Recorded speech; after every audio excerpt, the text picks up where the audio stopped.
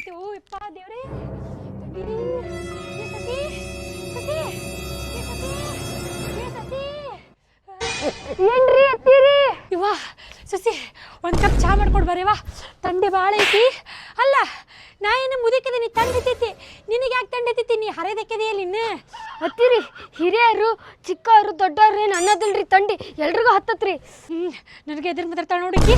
ಬಾ ಒಂದು ಕಪ್ ಚಹಾ ಮಾಡ್ಕೊಡ್ಬಾ, ತಂಡಿ ಭಾಳ ಐತಿ. ಬಾ ಜಲ್ದಿ ಬಾ ಜಲ್ದಿ ಬಾ. ಮುದುಕಿದ ಒಂದು ಕಾಟ ತಂಡಿ ಒಂದು ಹತ್ತೈತಿ.